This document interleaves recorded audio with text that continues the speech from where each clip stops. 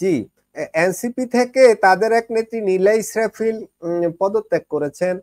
তারপরে ওই যে আরেকজন উমামা ফাতেমা, তিনিও কিন্তু খুব হৃদয় বিদারক একটি স্ট্যাটাস দিয়েছেন যে 5 তারিখের পরে যেভাবে সমন্বয়করা চাঁদাবাজি দখলবাজি শুরু করেছে, এ নিয়ে তিনি খুবই হতাশ এবং ক্ষুব্ধ। অনেকটা এইরকমই বোঝাতে চেয়েছেন দীর্ঘ এক লাইভ। তো এই বিষয়ে কি বলবেন রাশেদ হায়দার ভাই? উনি প্রায় 2 ঘন্টা 35 মিনিটের লাইভ, আমি পুরো লাইভটাই শুনছি। সারমর্ম যেটা, সেটা হচ্ছে সে যেটা বলতেছে, ভাই আমি তোমাদের সাথে নাই, সুতরাং আমারে ভাই আপনারা কেউ মাইরদের বা ফাঁসি দেওয়ার চেষ্টা করেন না। আমি ওদের আগেও নাই পিছেও নাই, ওরা সব করাপ্টেড, উপর থেকে মাথার চুল থেকে নখ পর্যন্ত পুরো এনসিপি করাপ্টেড। এবং এইটারে আপনার সমর্থন দিচ্ছে হচ্ছে যে ডাক্তার ইউনূসের গভর্নমেন্ট, উনি এইটা বুঝাইতে চাচ্ছেন। আর যে নীলা ইসরাফিল যেটা বলতেছেন, এটা সবাই ডিফিকাল্ট। এখন সে ওই প্রথমে বলছে যে কি গাছ লাগানো না কি লাগানো এইসব কথা বলছে, সে আবার পদত্যাগ করছে, সে আবার নেতাদের বিরুদ্ধে বলে, নেতারা কয় যে উনি তো আমাদের কেউই না। এটা আসলে বুঝা এখনো খুবই দুর্বদ্ধ, এটা বোঝা যাচ্ছে না। তো উমামা ফাতেমার ডিরেক্ট যে সব চাঁদাবাজ, আমি একমাত্র সুফি সাহেব, আমাকে বাঁচান, আমি এগুলোতে ছিলাম না। এই সচিবালয়ে গেছিলাম একবার, অমুক ভাইয়ের সাথে একবার, তমুক ভাইয়ের সাথে একবার, আমি টাকা নিইনি। তার মানে উনি খাইছে, বুঝছেন, উনি খাইছে যে খুব অল্প, সামান্য খাইছে হয়তো। আমার যদ্দুর হিসাব এই উমামা তো হয়তো 2 বুঝেন 4 নাই 5 যে লাখ। এই জিনিসটার ডিমান্ড কত কত কোটিতে নেওয়া যাইতো, উনি বুঝতে পারেন নাই হয়তো নাকি? হ্যাঁ হ্যাঁ, উনি বুঝতে পারেন নাই। আবার এমনও হইতে পারে ভাই, এই হাতের 5 আঙ্গুল সমান না। সে হয়তো কোটা বিরোধী আন্দোলন করছে, অনেক কিছু করছে, হয়তো তার বিবেকে বাধা দিছে যে এইভাবে দেশের খোকলা করা, এটা বাধা দেওয়ার কারণে হয়তো সে বেরিয়ে আসছে। অথবা হতেও পারে। অথবা উনি যেই ডিমান্ড, মানে আমি খাই না, কিন্তু কেউ ওনারা আসলে জিজ্ঞেস করেন না যে আপনি কত খান সেটা বলেন। আপনি খান না ঘুষ, অসুবিধা নেই, কিন্তু আপনি কত খান। এই জায়গায় উনি হয়তো ওদের সাথে যে তাল মিলাইতে পারে নাই, উঠতে পারে না, যার কারণে উনি ব্রেকআপ জি, দিছে যে আমি চলে যাবো। হায়দার ভাই, ওই যে ওইটা আপনার কাছে জিজ্ঞেস করা হয় নাই, এই যে 11 দিনের বিশেষ সতর্কতা দিয়েছে আইন শৃঙ্খলা বাহিনী, যে আওয়ামী লীগ ঢাকা শহর দখল করে ফেলবে, সরকার ফেলে দিবে। এখন এইটা কি সারা দেশব্যাপী কি আওয়ামী লীগের নেতা কর্মীদেরকে ধরপাকড় করবার জন্যই এই ধরনের একটা রিপোর্ট? এই রিপোর্টটা কি একেবারেই বানানো নাকি, মানে ফেক নাকি এটা, তারা যে রিপোর্টটা তৈরি করছে আইন শৃঙ্খলা বাহিনী? মূল রিপোর্টটা হচ্ছে যে ফুললি ফেক একটা রিপোর্ট। আপনাকে প্রথমেও বলছিলাম যে পাকিস্তানের গোয়েন্দা সংস্থা, বাংলাদেশের এনএসআই এবং আমেরিকার সিআইএ, ওরা শিওর করছে যে শেখ হাসিনা আসবে, এবং এইটা তাদের ভয় ঢুকে গেছে যে শেখ হাসিনা যদি চলে আসে তাহলে তো আওয়ামী লীগকে কেউ ঠেকাইতে পারবে না, এই জন্যই ধরবে। আর এটা ধরবে হচ্ছে যে 8 তারিখ পর্যন্ত প্রচন্ড রূপে ধরবে, এটা ধরতেই হবে ওদেরকে, এটি হচ্ছে জি, কাহিনী। আমার ওই শাহিন শাহিন ভাইয়ের কাছে একটু আসি। শাহিন ভাই, না শাহিন ভাই আমি আপনাকে একটু একটু প্রশ্ন করি। আমি আপনাকে আমি আমি না একটু আপনি পরে করেন, আমার প্রশ্নটা আগে শুনেন, আমি কোন প্রসঙ্গে কথা বলছি। আমাদের প্রধান উপদেষ্টার সাথে মার্কিন চার্জ দ্য অ্যাফেয়ার্স ট্রেসি জ্যাকবসনের একটা মিটিং হয়েছিল গত সোমবারে। ওই মিটিং এর পরে আমাদের প্রধান উপদেষ্টা, এই মিটিং এ 40 মিনিটের মিটিং, এই মিটিং এ কি কি বিষয়ে আলোচনা হয়েছে সেই বিষয়ে কিন্তু খুব বেশি একটা কথা বলা হয়নি। বরঞ্চ উনি শেষমেশ বলছিলেন যে একটা বিবৃতি দিয়েছিলেন যে বাংলাদেশে কোনো জঙ্গি নেই, বাংলাদেশ জঙ্গির বিষয়ে, সন্ত্রাসীদের বিষয়ে, সন্ত্রাসবাদের বিষয়ে জিরো টলারেন্স দেখাবে। তো এখন কি ওই যে মার্কিন যে chargé d' affaires Tracy Jacobson, তিনি কি বাংলাদেশের সন্ত্রাসবাদ বিষয়ে কোনো চাপ দিয়েছিলেন কিনা প্রধান উপদেষ্টাকে? ইদানিং কিন্তু পাকিস্তানের কয়েকটা সন্ত্রাসবাদী সংগঠন বাংলাদেশে কার্যক্রম শুরু করেছে, এই ধরনের একটা রিপোর্ট কিন্তু পত্রিকায় চলে আসছে, টিভি নিউজে চলে আসছে। আবার মালয়েশিয়াতে 36 জনের বিষয় আছে। তো সব মিলিয়ে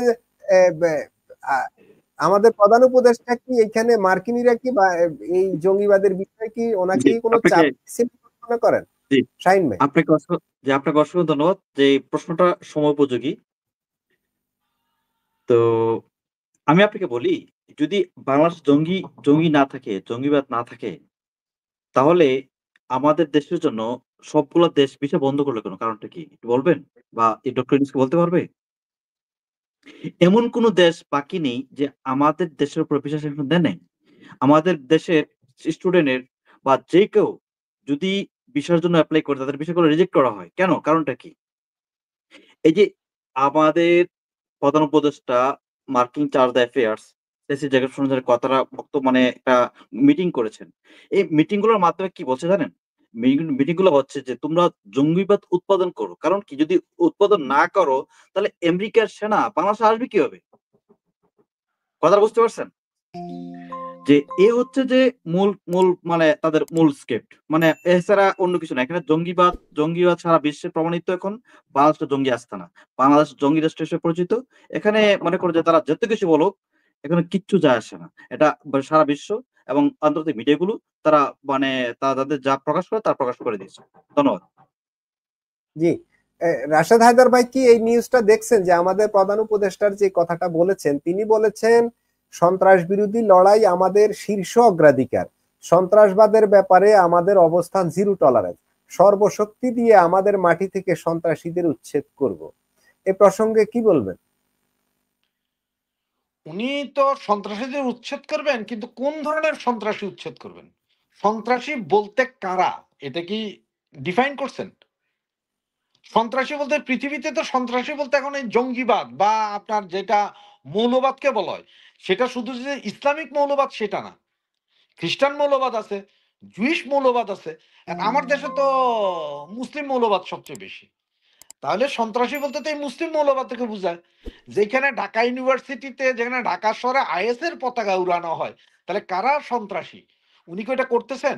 উনি যদি এটা করে থাকেন, তাহলে উনি ক্ষমতা নেওয়ার পরে এত শত শত মৌলবাদী, যাদেরকে মৌলবাদের কারণেই গ্রেপ্তার করে সাজা দেওয়া হয়েছিল, এসব সাজাপ্রাপ্ত আসামি জামিন পাইলো কিভাবে?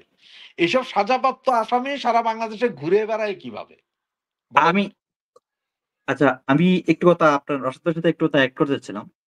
আ যেহেতু মানে এখন ১১ দিন একটা সতর্কবার্তা জারি করেছে যে আওয়ামী লীগ সরকার মানে আমাদের জনতা শেখ হাসিনা যেকোনো সময় আসতে পারে।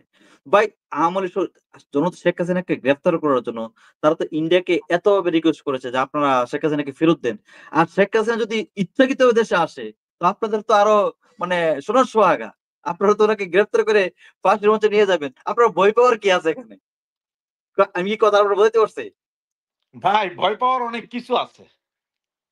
একটা কথা বুঝলেন কি তো? জানেন, শেখ হাসিনা ঈর্ষা যদি ঢাকা শহরে পাড়া দেয়, লাখো পুলিশ বিডিআর বিজিবি পাবেন, যারা অস্ত্র রাইখা রাস্তায় কাপড় খুইলা নাইমা যাবে গা জয় বাংলা স্লোগান দিয়া। আর না, না ৩২০০ পুলিশ মরছে, এইটা কিন্তু পুলিশ ভুলবে না। আমি বিজিবি না, বেইমানি করে না নাই। আমার প্রশ্ন হচ্ছে যেখানে আপনারা ১১ দিনের জন্য আইন শৃঙ্খলা সতর্কতা করছেন। আর আপনারা দিনের পর দিন ইন্ডিয়া মানে ইন্ডিয়াকে কূটনৈতিক মাধ্যমে আপনাদের মানে চুক্তির মাধ্যমে শেখ হাসিনাকে প্রত্যাবর্তন করে দিচ্ছেন। আর যেখানে শেখ হাসিনা ইচ্ছাকৃতভাবে আসছে যে আপনাদের রিপোর্টে যদি আপনারা মনে করছেন যে গোয়েন্দা রিপোর্টে শেখ হাসিনা আসছে, তাহলে আপনারা গ্রেফতার করেন। গ্রেফতার করবেন না কেন? কি হইছে? ওরা আপনারা গ্রেপ্তার ভয় করার পাচ্ছেন মতো কেন? ক্ষমতাই তো নাই ভাই। গ্রেপ্তারটা করবে কে? গ্রেপ্তার করার মতন ক্যাপাসিটি থাকতে হবে তো। আচ্ছা যাক আচ্ছা, এখন তো আপনাকে সব আছে, কিন্তু আপনাকে তো গ্রেপ্তারটা আমি তখন এই কথাটা করবে কে? এখন আমি আপনার রাশেদ বিশ্বাস হায়দার ভাই কি যদি না এটা হয়। বুঝাইতে চাইতেছে, যেটা আমি আমার মনে হয় আমি আমি একটু রাশেদ হায়দার ভাইয়ের কাছ থেকে বিষয়টা আর একটু ডিটেইল জানতে চাই। সেটা হচ্ছে আপনি কি এটা বুঝাইতে চান যে শেখ হাসিনা যদি সত্যি সত্যি ঠিকই ঢুকে যায় বাংলাদেশে কিংবা ঢাকায় এসে নামে, শেখ হাসিনাকে গ্রেপ্তার করার ক্ষমতা কারোরই নাই, এবং না, কেন নাই এইটা যদি আরেকটু ব্যাখ্যা করেন। আপনাকে একটা জিনিস বলি এখন। এটা হচ্ছে ২০০৭ সাল, ওই যে 111 হওয়ার পরে শেখ হাসিনাকে লন্ডন থেকে কোনো ফ্লাইটে উঠতে দেওয়া হয় না, মনে আছে? জি। যেই ফ্লাইটে টিকিট করছে সেই ফ্লাইটকে বলা হয়েছে ঢাকা এয়ারপোর্টে নামতে দেওয়া হবে না। লাস্ট পর্যন্ত এমিরেট এয়ারলাইন্সের ফ্লাইটেই উঠলেন উনি। ঢাকা শহরে নামার পরে, ঢাকা শহরে যখন নামলেন, তখন মোট ৮৬ জন, তার মধ্যে আমি একজন সৌভাগ্যবান ছিলাম, ওই ফ্লাইটে ছিলাম না বুঝা। এখন আসার পরে সবাইকে দেখলাম যে ২৫ জনকে ওখান থেকেই আপনার বসাই ফেললো ২ ঘন্টার জন্য। আর আমি আমার পাসপোর্ট দিয়া আমি বললাম যে ভাই আমি ইমিগ্রেশনে চাকরি করি। ও ডাটায় দেখতেছে যে আমি ইমিগ্রেশন অফিসে, আমাকে ছেড়ে দিছে। শেখ হাসিনা ভাই ভিআইপি গেট দিয়ে বাইরেছে, আমার ওই যোগ্যতা নেই ভিআইপি গেট দিয়ে বের হওয়ার। কিন্তু আমার খুব শখ ছিল ওই দিন যে আসলে কি হয় একটু দেখি কিভাবে ধরে। আমি শেখ হাসিনা বের হওয়ার মনে হয় ৫-৭ মিনিট আগে ওই রাস্তায় নেমে গেছি। কোন রাস্তায়? যেটা দিয়ে আপনার ওই যে ডোমেস্টিকে যাওয়ার জন্য যে রাস্তাটা, পরে ডোমেস্টিক থেকে হাইওয়েতে উঠার জন্য যে রাস্তাটা নিচের দিকে নেমে গেছে, ওই রাস্তা দিয়ে হাইটা নামছি। আমি রাস্তায় একটা কুত্তাও দেখি নাই কিন্তু ওই সময়। কিছু আর্মির গাড়ি ছিল, কিছু আর্মি। ভাই যেই না ওই যে রাস্তাটা ক্রস করে ওখানে যে ৪ রাস্তার মুখটা আছে না, এই রাস্তাটা ক্রস করে ওইদিকে যাওয়ার পরে পেছনে ফিরে দেখতেছি যে কোথা থেকে যে তো লক্ষ লক্ষ মানুষ, এটা আমি কল্পনা করতে পারবো না। আমি ঘুমাইতে পারি নাই। লুঙ্গি গামছা পরা পোলাপাইন মানুষ বুড়া, পুরো এয়ারপোর্ট ঘেরাও ভাই।